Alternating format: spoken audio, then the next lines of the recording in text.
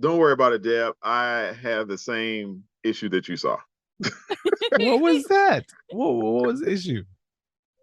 Because I knew that I was like, I was like, he's like ready to go. I'm like, what happened to the intro? We haven't Because I was so down and so blah blah blah before, and then you started talking about the zombie movie, and it got you all hyper. It was like, oh, something I'm in. Oh, you love it. In other words, we're talking about you. Yeah, when it's me, that's a given. Yeah. That's why I don't have any hair anymore, because my ego pushed it out. He just loves that random praise. Yeah.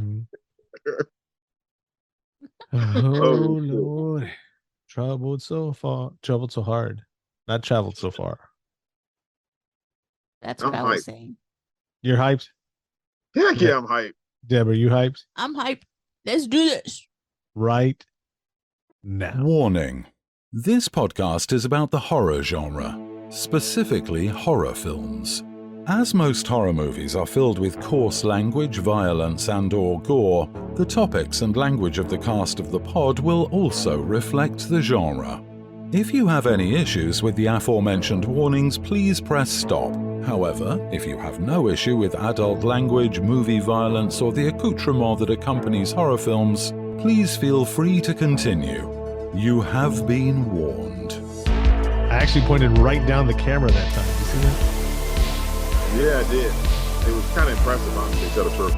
Yeah, especially since this one eye over here is all that one weird eye.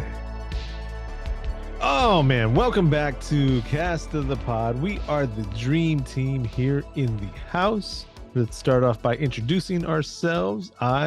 Since I'm so conceited, will go first. I'm Josh. I'm Cob Web. And I'm Deb. And we are the dream team. I said that already. Yep. Yeah, I'll say it again. The dream team of the Cast of the Pod. Yes, and today we are talking about the 2018 movie experience. Something, whatever it is. Hereditary. Something. I don't even know how to describe this movie. Okay. First of all, let's start the right way. Okay. Let's go to Webster's dictionary. Oh, that's the guy that's right, and let's look up the definition of hereditary. Okay. Oh, you want me to do that right now? Yes. Deb. Oh shit! I thought that's her job. She does the Google. Okay. It's too late. What? What's too late? Man, I put in Hereditary and it's just bringing up the movie. Okay, here you go. Definition on dictionary.com. Are we ready? It's an adjective, right? Passing or capable of passing naturally from parent to offspring through the genes. Blue eyes are hereditary in your family. Compare, congenial. Or of relating to inheritance or hereditary. Existing by reason or of feeling, opinions, prejudices held by predecessors. Fourth definition, law. Fifth definition, mathematics. But definitely in this movie, the number one, passing or capable of passing naturally from parent to offspring through the genes. Yeah. That's why you don't buy that pair of jeans. Just wear something else. Yeah. What a fitting title for this movie, right? Mm-hmm. So, this is a movie Deb and I had seen a while back. And we got Chuckles to watch it. And we didn't warn him anything about this movie. We didn't tell him if it was horror, if it was drama. You know, he was just sitting there and he's like, it's boring. This is boring. Keep watching the movie. This is boring. So this kid's going to a party. Keep watching the movie. Oh my God. Yeah.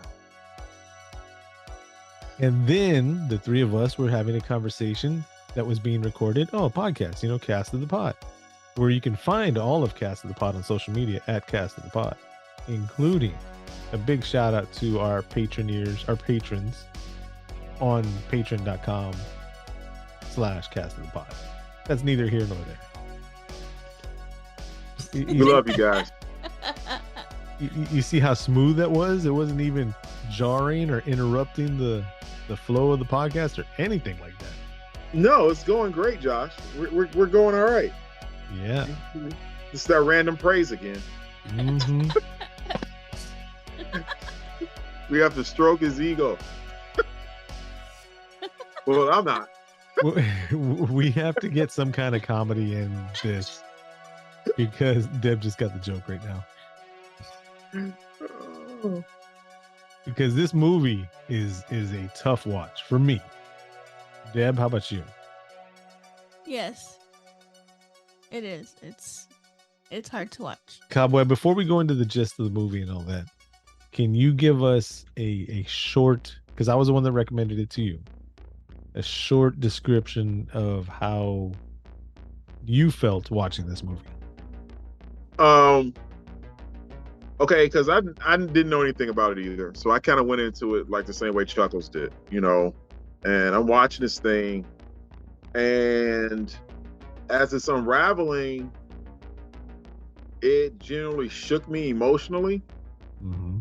And I'm gonna be honest with you, this movie scared the shit out of me. I haven't been this scared watching a movie since The Conjuring. Wow. I'm being honest with you.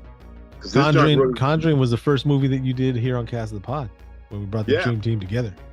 Yeah, and that was this was really screwed up, because there was like some situations in this movie where I felt really bad for the kid, and my heart just went out for him.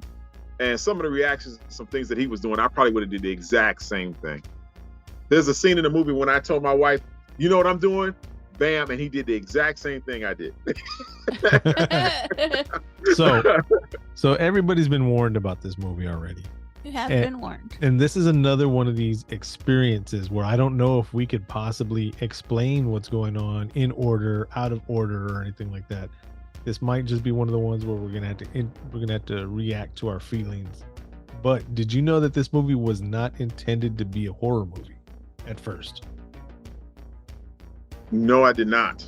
It was originally going to be a family drama that shows how when something traumatic happens in a family, it changes everybody. You always see in these movies where something horrible happens. There's a death in the family or something like that.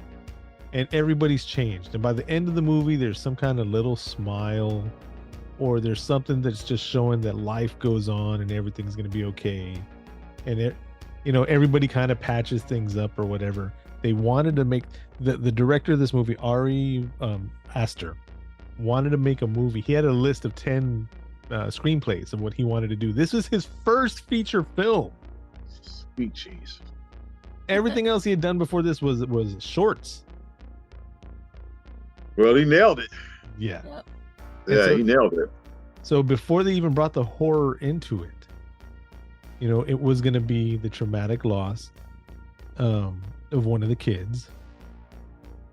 And I'm not saying who it is yet, because since we're not doing the breakdown, and I know that they have been warned, you have been warned, we've been warned, but I don't know why they switched it into a horror phase. That's where the end of the movie comes into play, and then the cult mix in comes into the play. Yeah, but you can still see when you're watching this movie the family drama part of it, and it's not one of these what do you call that channel?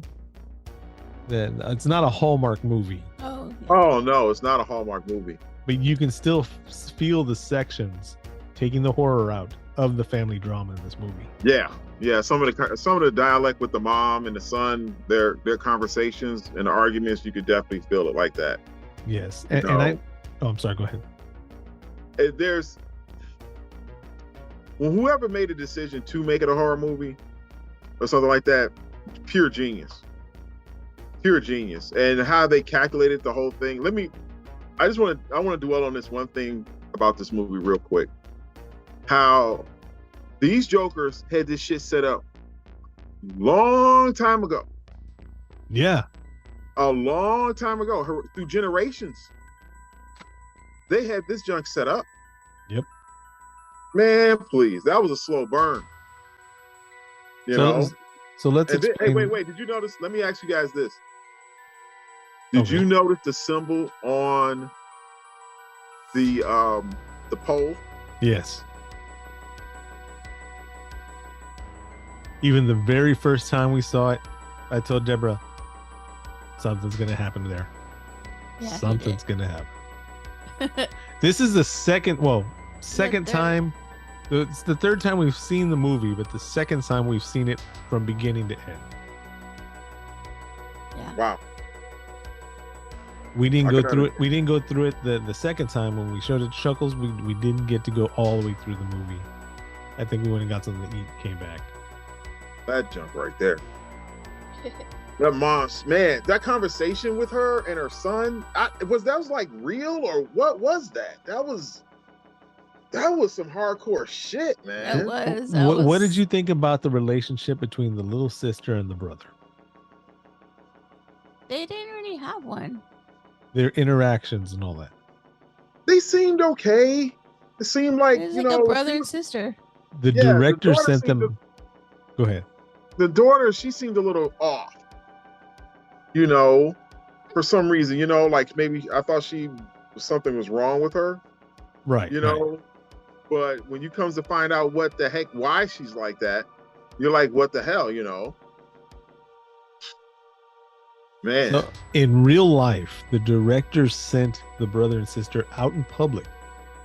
Go spend the day together out in public and act like you're going to try to get her to talk all day, and you act like you don't want to talk to her. Or you go out in public and buy her a sweater, and you got to figure out what kind of sweater she wants, but you're not going to talk to her. Just to have that kind of like brother-sister animosity. Yeah. The head button. Yeah. No pun intended. Shit. Wow. Oh, wow, God. Wow. Wow. He went there. Dude. He went there. No, I can see it though, because it was, you know what? It was, man, there was so much to dive into this movie about, man. It was so much terror in this junk throughout this movie. You're just like, this is not going to go well. It's just like building up and building up and building up to the end. And you're just like, when you see the ending, you're just like, oh shit, this shit is really fucked up. This movie has the two types of horror. Deb, feel free to chime in whenever you want. Okay. This movie has the two types of horror that get to me most. That being realistic, real life, horrible things can happen to you pain. And the second being cult shit. Yeah. That was a fucked up ass cult. I just want to throw this out.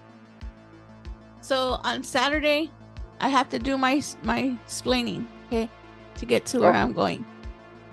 Saturday, we were listening to the podcast from Life Force. 1985's Life Force. Right. Available on Cast of the Pod. Requested on the Patreon. Okay. And you guys can get it right now for free $99. And in this episode, which is a really good episode, so in this episode we're talking about quantity and quality of boobs. Yes. Right. And I was asking a question on why in Life Force they showed full body of the female and not of the male. Well, that's when I told you nobody wants to see Schlump. Nobody wants to see Schlump. Even for all the people, whoever they are that like Schlump, seeing a nice pair of boobs is way much better to anybody than seeing any kind of Schlump. After this movie, I agree 100%. And this movie had no quality. It had quantity. Quantity of boobs. Yes, of boobs. I was like, why in the world is this cult naked? Like the whole movie, it was just nasty.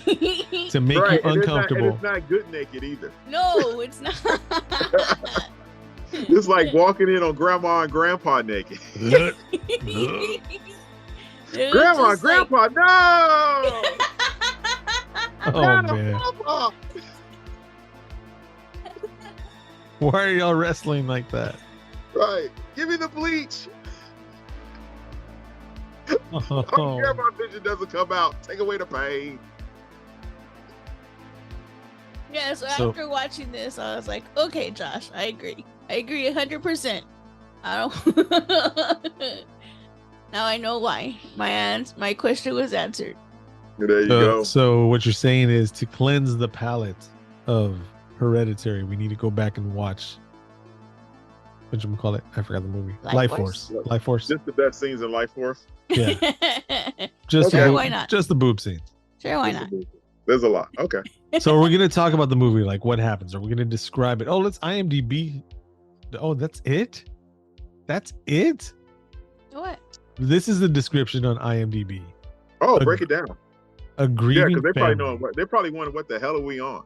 It's a grieving family is haunted by tragic and disturbing occurrences. That's it. Bro, that's enough. Because you let me tell you. What did I tell you is the number one seller? What did I tell you? Boobs. Number one seller. Grief. Yes. Yeah. Dude, I will tell you this right now. Whoever decided to not even nominate Toni Collette, which is the mom from this movie, for any kind of award, Oscars, or I don't even know which the award for any kind of acting. Whoever didn't even nominate her for something in 2018 can go suck a fucking I nominate her right now. bag of rotten potatoes. Yeah, she was badass. She was good. Right now, I nominate her for an award. Her pain was so real. The pain of losing her mom, the pain of losing her kid, the pain of what she realized she was doing to her kid that was left alive. Jeez. She didn't really give a fuck about the husband, to be honest with you. They were done. Yeah, he was having a hard. He was.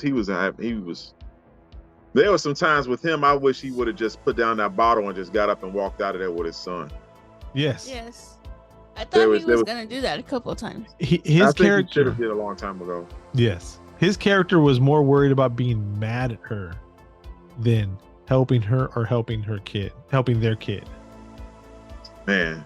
I think the second time that he went to go pick up the son from school, when he stopped at the light and he started crying, I thought right there would have been a good time to just not go come home. back. Yeah. Stay away. Not go back. Just don't come back. Yeah. I think so too. If you're sitting in the car like that, you know, the man was weeping, you know, and it was getting heavy. He didn't have a chance to grieve for his daughter. No, because his wife was on that bullshit. And he had to like take care of her. So let's do a little bit of explaining for anybody that I don't see how. I mean, I understand how entertaining the three of us are. That's why they call us the Dream Team. You know, but I don't see how anybody could not watch this movie and compare and contrast through the pod. Also, warning, even though you have been warned, this movie, like when I told Cob Web, will take an emotional toll out on you. Yeah. If you don't feel some kind of pain, some kind of remorse, or some kind of feeling for what happens at this family during the drama parts, during the horror parts, whatever. But during the drama parts, I mean, I don't know what to tell you if you don't have some kind of little like tear. You don't have to cry, but I mean like a lump in your throat or something about it. Yeah, because that's how they got you. Yes. Because you get invested in these characters, you know, emotionally about you're sucked into compassion for them. And then they just throw all these curveballs of this stuff that happens to them off the bat, and you just be like, oh man, what the hell? You know? So this is the second movie that we've done of hers, right? Isn't it? Of Toni Collette, yes. Yes. I can't remember what the other movie was, but that was also another time when it's like, you got to see Hereditary. Krampus. Oh, yes, yeah. she was the mom in Krampus. That's right. How do you remember these things? TikTok. I don't even remember waking up this morning. I think we got like 5,000 views on that. Nice. Nice. But so let's describe the movie. It's about a family, which is the mother, the father, the older son, and the, what was she, 12-year-old or 11-year-old daughter? I think so. Yeah. 11, 12. And she likes to go. She was a junior high, right? I think so. and they recently lost the grandmother. So you're watching the movie, and it kind of gives off vibes. I mean, it's like you said, it's a slow burn. They're just talking about the pain that they're going through, and everybody's really kind of feeling sad for the mom, kind of a little bit, because she lost her mom. The grandmother was the maternal grandmother, and the son's an asshole, kind of. I didn't think he was. Well, he doesn't know life. He doesn't. I didn't think he only thought about himself. I didn't think he did at all. Well, he wanted to go. He wanted to go to the party, get high, and get laid. That's what he was thinking about. He was a teenage boy that needed to get out of the house with a Greek. Sometimes I don't think. I honestly, I really had no problem with this kid at all. Yeah, none. I didn't either. And he really wanted to go to this party because I would have been like, never mind, I'm not going then. Hold on. Yeah, we'll get to that part in a second. So the movie's slow and it's building to this whole part, and you overhear in the background that something happened to the grandmother's grave, and it was desecrated somehow. They're gonna get back to them, and that's the call the dad gets, and he doesn't tell the wife about what's going on. And there's some little strange things, some symbols being found around the house and all that from the grandma. And did you realize the symbol that they used is kind of the real symbol for that demon? But instead of having the 3 logos, it has 4 in real life. You know why they didn't do the real logo? I don't want to know, because I don't want to know what it looked like. I don't want to know what this real symbol for a demon looks like, Josh. No, you can keep that. Okay. We have to get the information out, though. Just put your fingers in your ears and la la la la for a couple of seconds. Because if they didn't use the triplicate logo and they used the 4 the way that it's really supposed to be, that would have been the real symbol. And they didn't want to do that because stuff happened in like Exorcist and Omen. And what was the other one? Rosemary's Baby, where they used the real demonic symbols and the real demonic text and all that. And they were those 3 were plagued with horrible shits happening in the real world. Yes. So that's why they didn't do it. Use the exact name spellings. They didn't use the exact symbols. They were just kind of altered a little bit, and things. Like it's good enough for me, because that shit was fucked up. Yeah. Shit. Let's be honest. That junk, you just knew something was, man. Well, see, I thought it was just going to be a kind of like a haunting of the grandma or some shit like that. Yeah. Even with the kid, when he came home that night, honestly, tell the truth, from what happened, I might have been, I could have seen myself almost doing the exact same thing. Being in shock.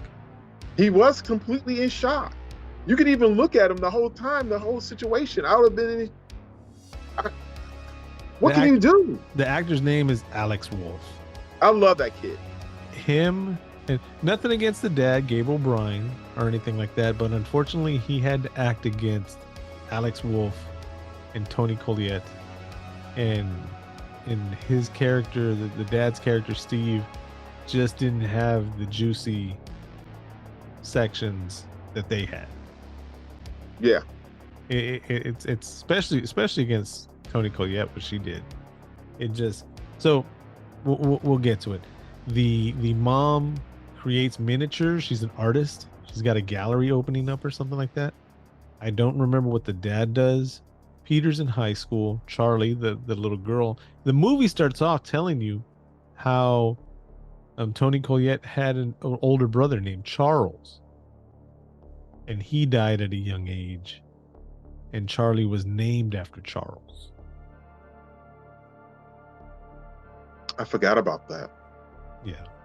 So when you're watching the movie and things start happening and things start lining up, I started thinking, not knowing about the traumatic scene, what I call the scene of the movie, I thought they were going after Charlie. Because she's a little disturbed. She's in class and the bird comes in and hits the window. And she steals the teacher's scissors. She goes outside, cuts the head off the bird because she's going to use it for these toys that she's making. Yeah. And then she has these weird drawings that she has. And It seemed like it. yes, she had that talcum powder little container that she was making an action figure for. I think that's what she originally wanted to use the head for, the bird head. She was A little disturbed. Remember they said that the body was flawed. No, when was this? During the towards the end. And they said why they're using him now, the son now. Were they talking about Charlie, or now that you're saying about the first child, son? I think they were talking about the brother, The first son, because they wanted the demon in a male body. But I think he did that to himself, right?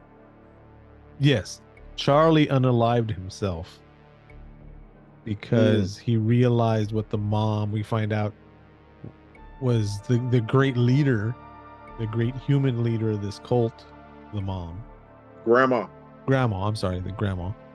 And like she's been programming everybody all through life.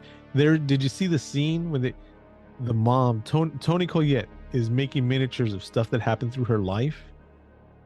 And when she gave birth to one of the kids, I'm assuming Alex, grandma was in there in her nightie, boob hanging out, while Toni Collette was trying to feed her baby. Like, I'll do it too. Grandma was said. No, she did do that. She did breastfeed her, she said. It was the grandma was breastfeeding the girl, the daughter. Man. Right. So she was doing that.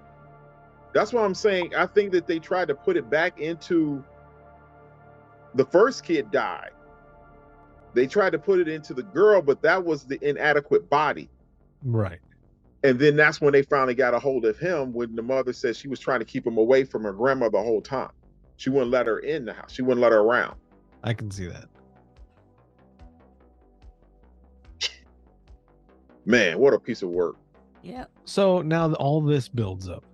So Peter, that's the son, tells Annie, the mom, hey, I want to go to this party.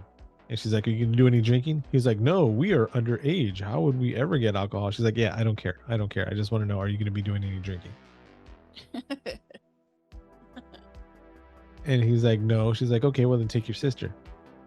Why would anybody send their pre-junior high kid with their almost senior or junior age son to go to a party, the high school party? I don't understand why either, because she was completely out of her element. It made no sense. But you know what? When those demons are involved, they can sway your mind to do things that you normally think you wouldn't have done. Exactly. That's what I was going to say. The director came out and said, because you find out the little girl, played by Millie Shapiro, she did a great job, by the way, Charlie, she has a peanut allergy. That's the only ailment that we do know that she has. And before all this happens, they're like, oh, because she can't have peanuts and she'll choke and blah, blah, blah, blah, blah. They get to the party. He goes up to his dream girl who had been looking at her butt in class all day because she sits in front of him. Oh, yeah. Nice view. There are so many good parts of this movie that have nothing to do with horror, that just establish these people as real characters. I've done exactly what he did. He's normally good in that class. And he was just completely spaced out because he was daydreaming about the girl, and she sat in front of him, and he was looking at her butt through the bottom of the chair, the desk chair, or whatever. And I've been in that same exact mind state, the same whatever it is. You're not looking at anything. They're not showing anything. There's nothing sexual about anything. But just because you're a stupid kid at the time, you're just like staring. It's heaven. And then they're like, so Peter, what do you think about this part of the class and blah blah blah? He's like, what? He's like, which part? The acting was so natural. And oh yeah, good. And it was good. And all this stuff sounds like it would be boring, but it wasn't. Because there's No. like, if you pay attention to the movie, though, there's so much in the background that there's like different things that catches your attention. Yeah. The little visions that the girl was having all the time. Yes. And then that light that kept following them. Yeah, that was crazy, right? Just little things you need to watch for. Oh man. So Man. if you listen to this podcast and then you go watch the movie, if you haven't watched the movie yet, just pay attention to the background. A lot of the background. Now we're gonna get into the scene. This is Wait, Oh, I guess. shit. Oh shit. What do we got? You know how I feel about one thing in movies: bad parenting. Yes.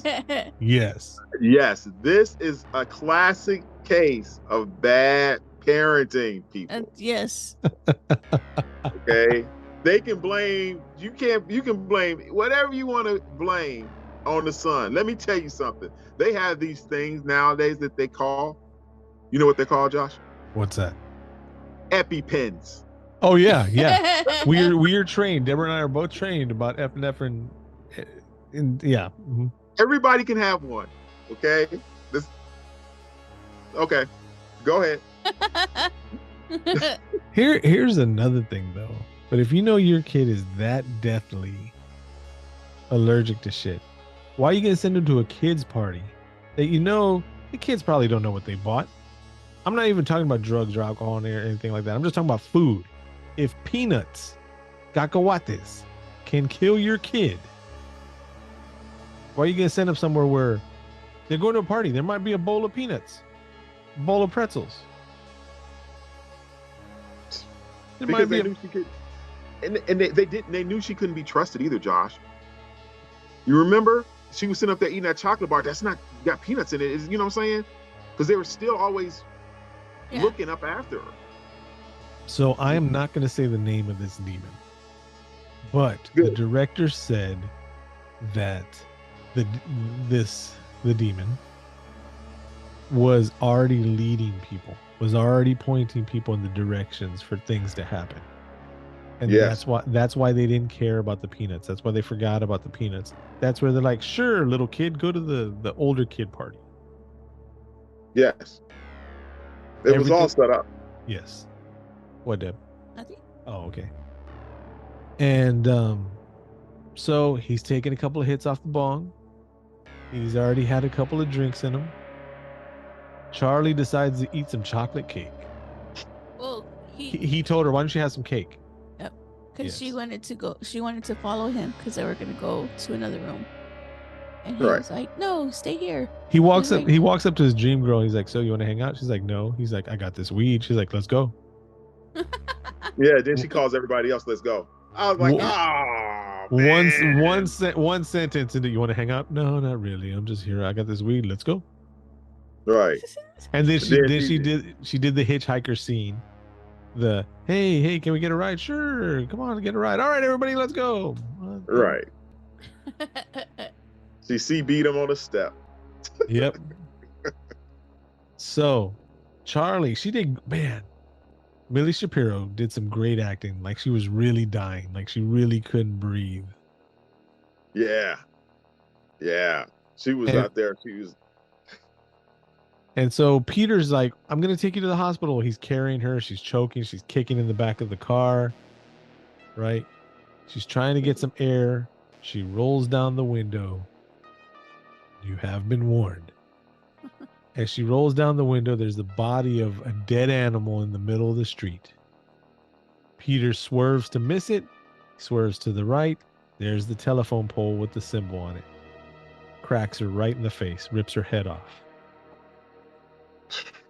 It happened so fast. It did. He stops. Keep going. He stops immediately, snaps into clarity, snaps into sobriety. Doesn't even look back because he knows what happens. He tries to look in the rearview mirror, and he can't get his eyes to go up to see what's going on because he knows what happens. Yep. After the speeding, after the swerving, the realization kicks in, and instead of driving to the hospital, he drives home. Slowly. Speed limit. Gets home, parks at an angle to the other car parked there in the driveway. Walks into the house, doesn't look into the car. Just goes straight to his bedroom. Goes down to the bedroom. And the way that they filmed this movie, how it goes back and forth between the miniatures and the real house, and you can see through the walls and all that is great. And so he's laying there, and it's a close-up of his face, just laying down sideways. And you hear the talking in the background. Oh, we're going to go shopping. We're going to do this, blah, blah, blah, blah, blah, blah, blah.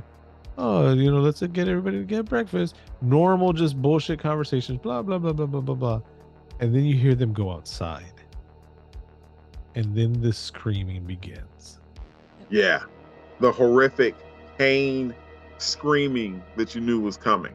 They show the transition of time, kind of, from when he gets home to when all this happens. And he's just there, awake, eyes wide open, didn't sleep, just still in shock. You hear the screaming. They show Annie, which is Toni Collette, crying on the floor. She's like, I just want to die. I don't even want to live. And this is Gabriel Byrne looked like the husband that didn't know what else to do. He did a great job here, and he's just there rubbing her back, just trying to console her. And then they show her screaming, and they show the casket scene going into the ground, and she's still screaming, and he's still there by her side, still trying to help her. And the editing and the timing and just the boom, boom, boom of everything happening. And she's still crying, she's still screaming. She looks like shit. Yeah. Justifiably so. Yes, completely. And so, let's stop right there for a moment. Do you know this actually happened? No. Yes. Let me bring up the where it happened. Da, da, da, da. You forgot a part. Go ahead. Well, I don't know if you want to say it though. It's when he takes off after it happens, and he takes off, and then it shows like the mom crying and everything, and then it goes back to the scene where. Oh yes. The scene where it happened. When the mom screams, is that what you're talking about? Yes. Before they get to the funeral, and they do a quick cut of her head on the side of the road. Oh yeah. Eaten by ants. Her jaw left her head there. Yeah, left her head on the side of the road. Oh. Eyes open. What are we going to do? Pick it up? Right. Eyes open, forehead crushed, jaw dislocated. He was in shock, man. He was in shock. At that time, he wasn't even a person. He was just a shell that was an autopilot. Right. And she was such a bad parenting again. Here we go. She's only thinking about herself, going to these doggone groups for what is it? For grief counseling. For her she's mom. not even thinking. Yeah, and she's not even thinking about her son. She's not even thinking about any way that this kid might need some help. Because let me tell you something, he needed some. Yes. He needed some bad. And nobody gave a shit about him. I agree with you. But like I told Josh when we were watching the movie, I understand to a point about the mom, because this was her daughter.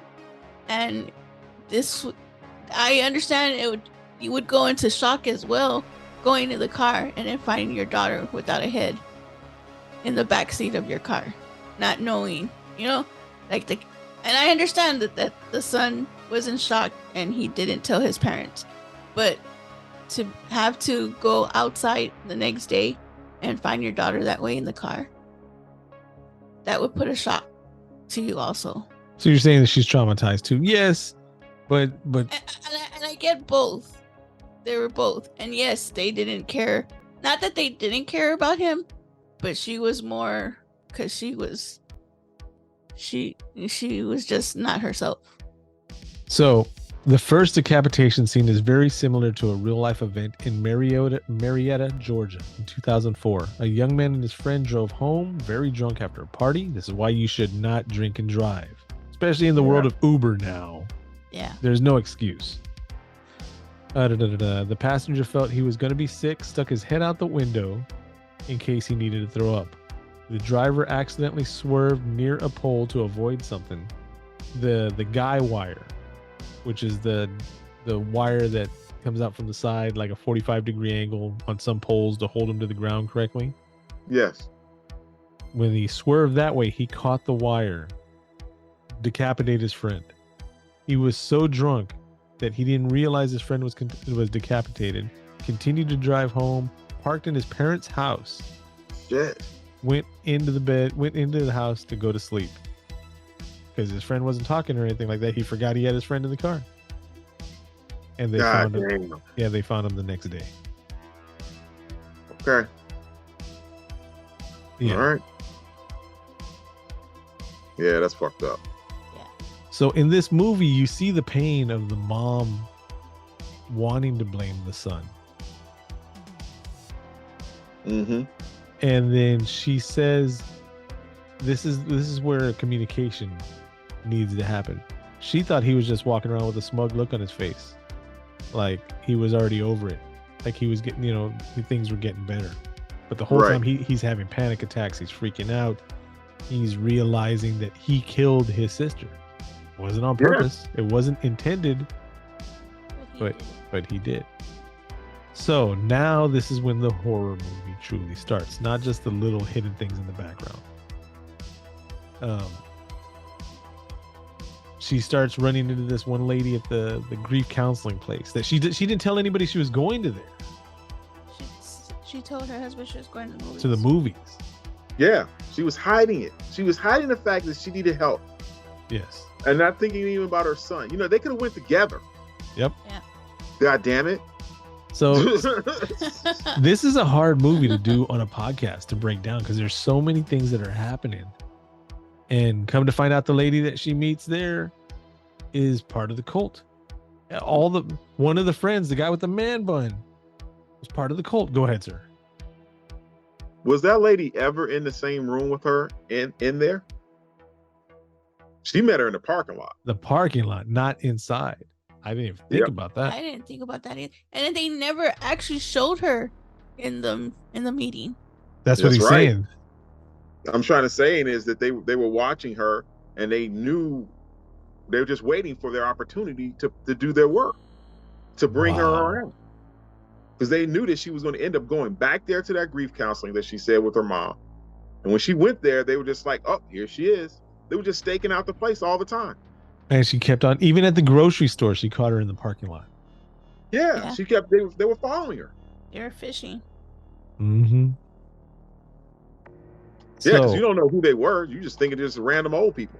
Then you come to find out that Toni Collette, Annie, she had an instance once when a couple of years before, where she took paint thinner. She has a sleepwalking problem. And she covered her son and she covered her daughter in paint thinner and herself.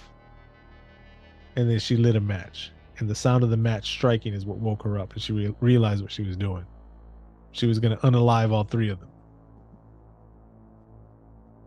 And go ahead, Deb. I would say, I don't know if I could, even though it's sleepwalking, I don't know if I could trust my mom after that. Oh, God. Like, okay, yes, you have a sleepwalking illness or whatever, but who's to say you're not going to do it again? Man, another damn sleepwalking movie. What was it? Man, remember when she told him when he thought that she was choking him in his sleep? Oh yeah, and she's like, I didn't even want to be your mom. Out of nowhere. Yeah. And she covered her mouth like, oh shit, I wasn't supposed to say that. Right. I wanted to abort you. I shouldn't have said that. Here's the important part. As I'm actually looking at the line right now. She says, I never wanted to be your mother. Why? I was scared. I didn't feel like being a mother, but she pressured me. Then why did you have me? She says, it wasn't my fault. I tried to stop it. This is the mom. Yes. The grandma that's pushing for this to happen. But you hear what the mom said? She was trying to stop it. She was trying to miscarry. She threw herself down the stairs. She was drinking. She said she did everything they told her not to do. Man. That hurt me. Hearing her tell him that Because that's how good the acting was. It hurt my Yeah. feelings. It felt like I was being told that. I Yeah. felt for Peter. Like, Peter's acting was so good that he didn't do the "you hurt my feelings," you're whatever. He did confusion well. He did Yes. anger well. He did lost well. You know, it wasn't cheesy acting. It was just like when he had the seizure in class and his arm and he slammed his face into the desk and all that. That was good. God. That was That good was shit. intense. Oh, when he looked at himself in the picture and he saw, he was like The glass. in the glass. Yeah, the Yeah. reflection in the glass. and Oh, then man. the other him was. At first, I thought he was like had a big smile, but then when they showed him again, it was just like a little smile. Like, He's just looking at him like, yep, this is about to be my body. It's about to be Yeah. my body. I'm coming back, Just, son. just test driving it a little bit. Yep. So did you know Yeah. the scene when Joan was across the street from the school and she's like, "Get out! I expel you! Get out!" You know what she was talking about, right? Him. Peter's soul. Get Yeah. out. That way the demon can come in. Yeah. Because she kept saying, Peter, get out. They were pushing him out, trying to push him out of his body. Yep. This was the real get out. Yes. Yeah. Yes. So she convinces Annie to do a seance. Annie does the seance and just fucks everything up. yeah. And that was opening the door. That was telling the vampire, sure, come into my house. Man. And I mean that by about the demon, But then there's all these naked people. Did you see the scene when the transitions in these movies from day to night are crazy? Like they show the house and then boom, all of a sudden it's daylight. Like perfect transition. Oh, But did you yeah. see like all the naked people around the house and then boop, daylight, they're gone. Dude, let me tell you Those something that really naked pissed me people are off. Scary. What was it? God, I just lost it. I said a whole bunch of naked people around the house. And then boop, Yeah, gone. we'll come. God damn it. So here's my question. Was the mom, Annie, was she kind of in on it and kind of in denial? Like maybe when she was younger, she knew what was going on and then kind of fell out? The grandma knew the whole time. She knew what was up. I don't think that she did know. She knew something. She knew something because she purposely tried to keep him away from him, from her mother. Yes. And there was a reason why.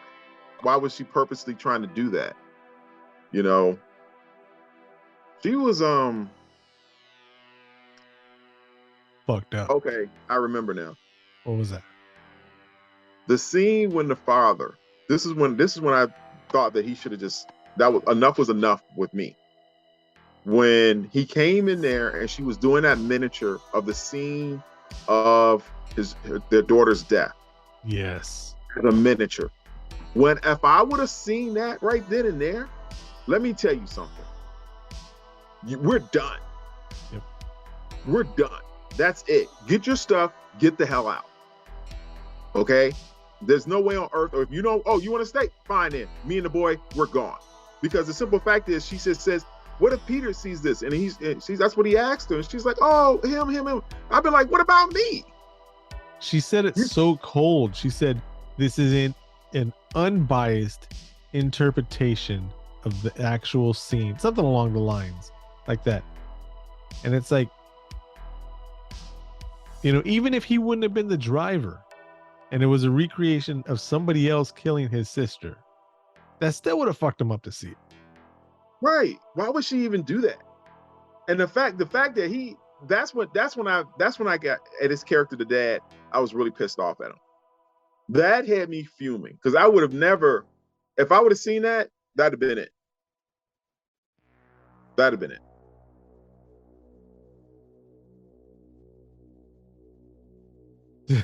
This It's movie. It's just so much. It's just so much in this movie. This movie is emotional. emotionally draining. Yes. But nothing against Marvel movies, because I love Marvel movies and stuff like that. But this is an emotional movie that will take you on a roller coaster ride of Emotions. You're not going to have any happy emotions. I'll tell you that right now. No. We Because watched this, and then I had to go and watch like Anchorman afterwards. Yes. I love Lamp. Loud noises. Not because I was scared or anything. It's just to cleanse the palate. I needed to laugh. Yeah. Like when you eat gotta turn it sushi and off. you had to get that thing of ginger there just to yeah. Man. The So- fact it was just so much, Josh. This We I can't was even talk. genuinely scared in this movie. What part? The whole upstairs, the whole attic thing.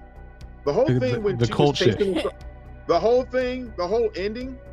I was terrified throughout the whole ending of that movie.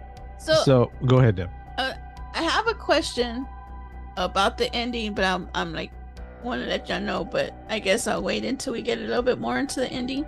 Go, just go. We are done breaking it down scene by scene by scene. Now we're just talking about what we feel.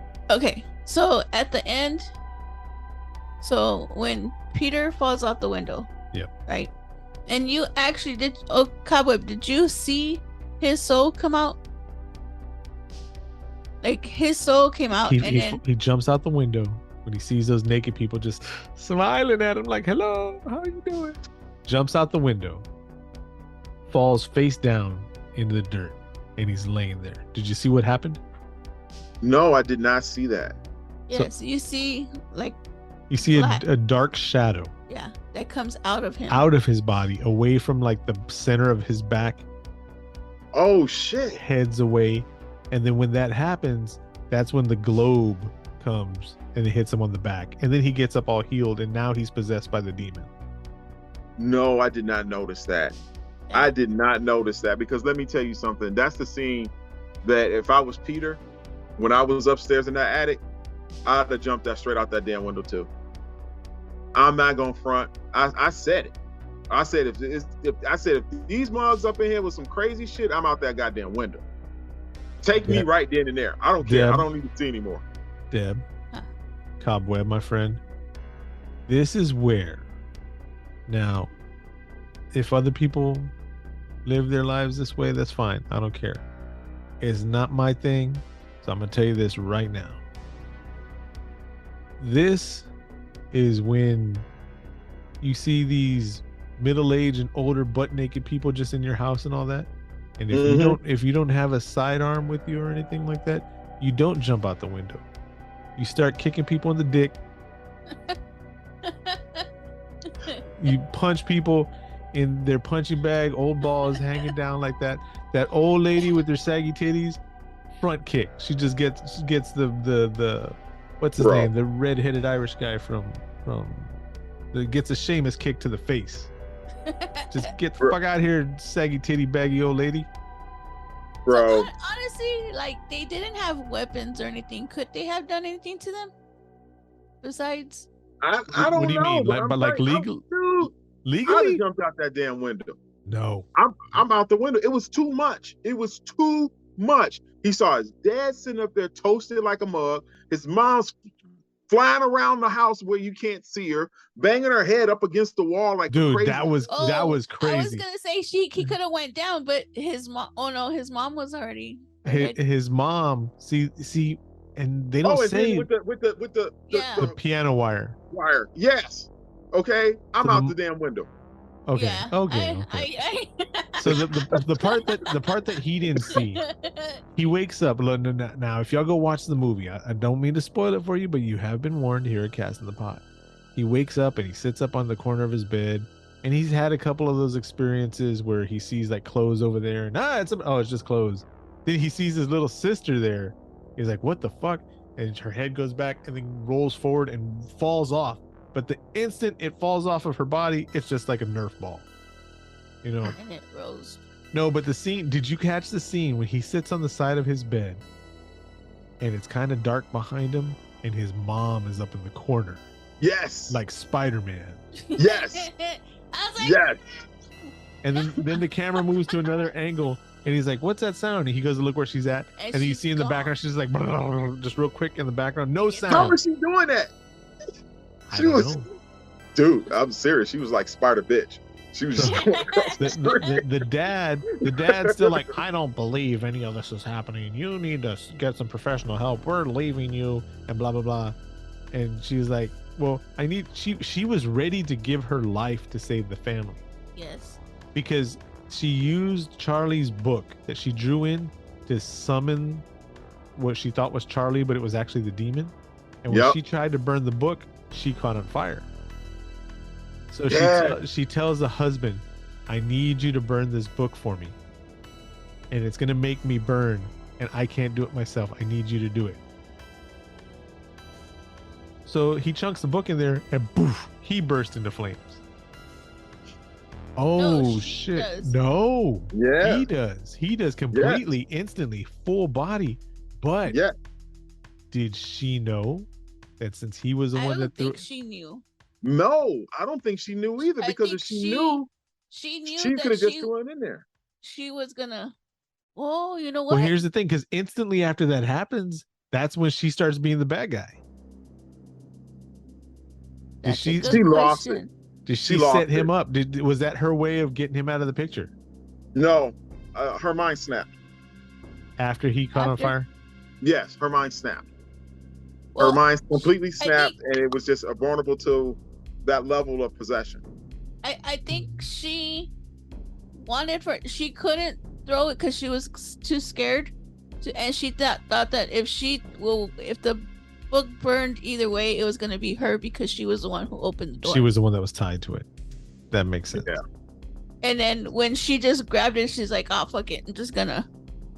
So I would take one for the team. The second, well, not counting all the decapitations in this movie, because they find the grandma's body that got stolen from the grave, no head. Right. Charlie gets her head knocked off. And then she does that too. Well, then the mom, when he's up in the attic, and you hear like she's banging on the door. But it's the like that, and then they ceiling, the attic ceiling. Like, it's the door to the attic, right? And they cut to her, and she's Spider-Woman on the wall, banging her head on that looked fucking trippy. Yes, that was trippy hard. The first time we watched it, I didn't want to watch it anymore. I was like, okay, this is too much for me.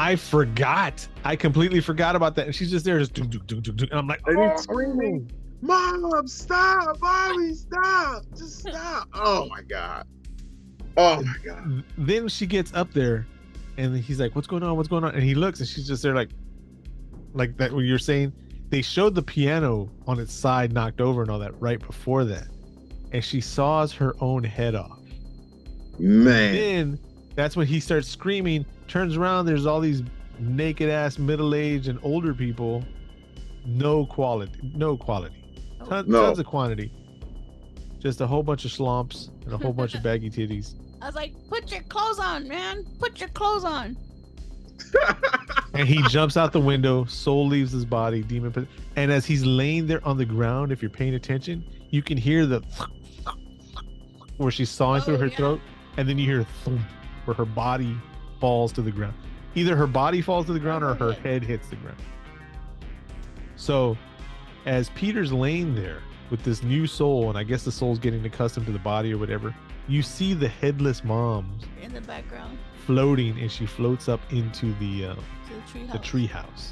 Yes. Oh, that was another thing we didn't point out. The treehouse is where Charlie used to go, where she would stay. She would sleep overnight and stuff. That was her hideout. And then basically the movie ends with him going up there. So this is where my question comes in. Let me describe the scene real quick. All the cultists are up there. The beheaded grandma, the beheaded mom are there kneeling at a statue with wearing the sun rays coming out of the head. Charlie's head is up on top of the statue. Man. And then somebody goes and takes the sun crown off of Charlie's body, puts it onto Peter's body. He's now crowned their king. The end. Well, what's your question, Deb? So the demon, right? I know it goes into his body, right? Is it? I'm confused on, is it the demon or is it Charlie, or is it both? Because when they're like bowing down to him, and then they're like talking to Peter, but they're talking to Charlie, right? So I know Peter's gone. I know it's just his body, but inside Peter, is it Charlie or is it the demon? Because you're right, Deborah. As he's already crowned their king or whatever, he does that. Yeah. Like how Charlie does. I'm And assuming. And then Joan, which is the lady that convinced Annie to do this stuff, she's the one that's explaining the whole story about her being the king or whatever. But that's where I was like confused, because they're like, "Oh, you're our new king," blah blah blah. Right, with an inadequate body or something like that. We know it had to be a male or something. I think that he probably was. I think what happened was that they tried to put him into the girl, and some of that body transfer went along with it, or something else like that. Messed her up. Man, that's probably why she was like that too. So then the demon was already like part of in Charlie? I believe so. Like she was groomed to try to be in it. Like she was just like almost like a she was like almost like a transitional body so they can get what they really wanted. I think as it moved from person to person, it brings a little bit of it over. Right. And then you saw like when remember when they were all laying, everybody was all face down, and then they had the bodies of the mom and all of them, they're all their bodies, decapitated bodies, all lined up too, bowing down. Yes. It's creepy. This movie is all kinds of fucked up. Yep. And I think it's time for the calculator of doom. I am emotionally distraught, and I have emotional fatigue from this movie. Are we ready? I'll go first. What? Deb wants to go first for the calculator of doom. I give this movie a 10. What? This is it. I was debating back and forth since we watched it last.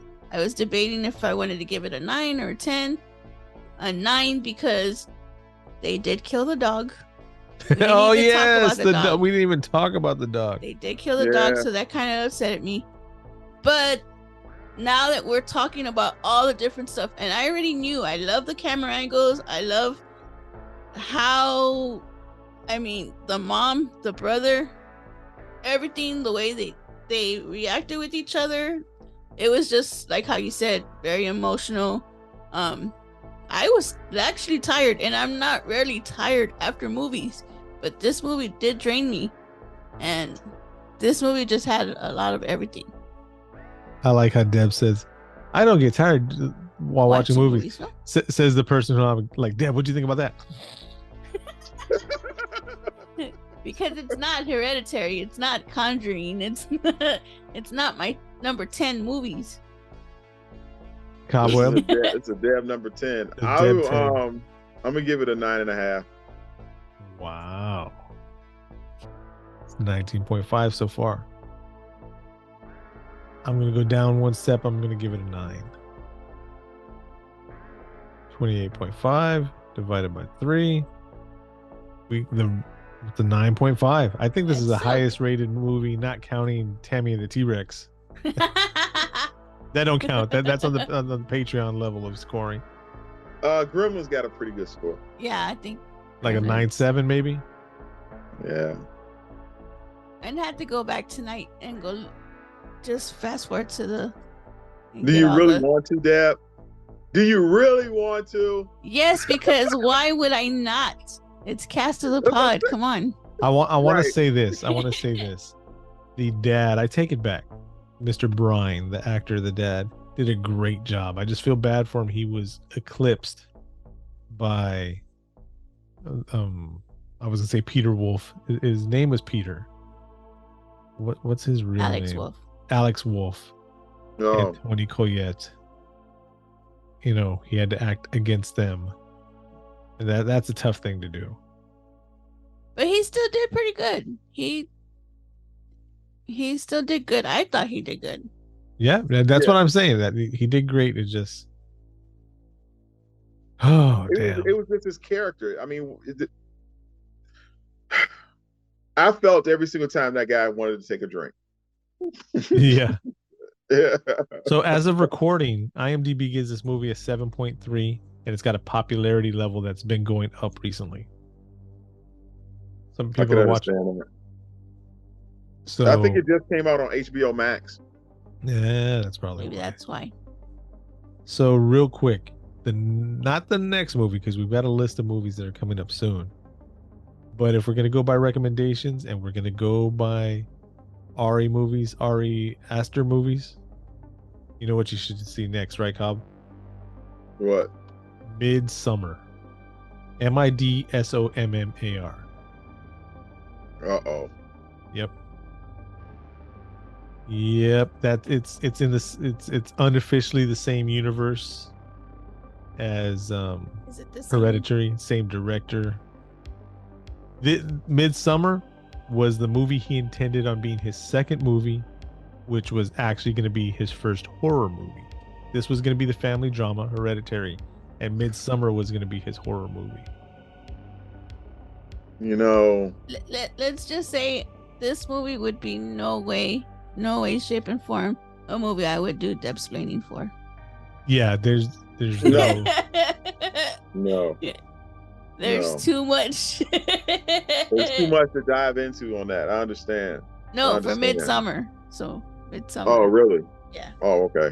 You would have to watch it for yourself. Midsummer, and I hate to break it down this way, but it is very much a WPS movie. Yes. Oh, shit. Okay. I'm not touching that with a 10-foot pole. But yeah, so I think this is all we got for. We cannot do justice to Hereditary by talking about it anymore. No, we can't. A recommendation? Yes. You want to watch something that's going to scare your ass? That's, on that level of The Conjuring type thing. Yeah. Where you're just like, oh shit, that was fucked up. It's a lot in this movie that will stay in your head for a very long time. I don't know if they can tell. Thank you for listening all the way to this part, but I don't know if you can tell this movie is draining. It is. I'm really taking that. But it's definitely worth watching. If you don't want to just sit there and watch the same old thing, the same boring thing, or whatever. It's good. Yeah. It is a good movie. Now, again, in the beginning, it is kind of slow, but there's so much that if you actually pay attention to the background, realize how slow it is. Like there's so much that I really like the scenes where they're transitioning from the miniatures, because the mom makes the miniatures, and the rooms of the house are exactly like the miniatures. And you can't tell when the camera is switching between the miniatures in the doll houses and in the real world. Yeah. But yeah, we're done. We're done. We need to get some air in here, breathe some life into here. I'm with you on that one. And this has been Cast of the Pod. You can find us on all social medias, most social medias, Facebook, Instagram, Twitter, YouTube at Cast of the Pod. And big shout out to Brendan from Upkick MMA, Sam Haim, Miss Black Cat, and to our anonymous person out there. Maybe one of these days he'll let us say his name. Thank you for supporting us on the Patreon, which you can find at patreon.com/castofthepod. And yeah. Go watch the movie. Go watch the movie. You have been warned. Yes, you have. All right, so I'm Josh. I'm Cob Web. And I'm Deb. Thanks for your ears, and don't blame us after you've seen this movie. You've been warned. Yeah, right. All right, peace. Peace out.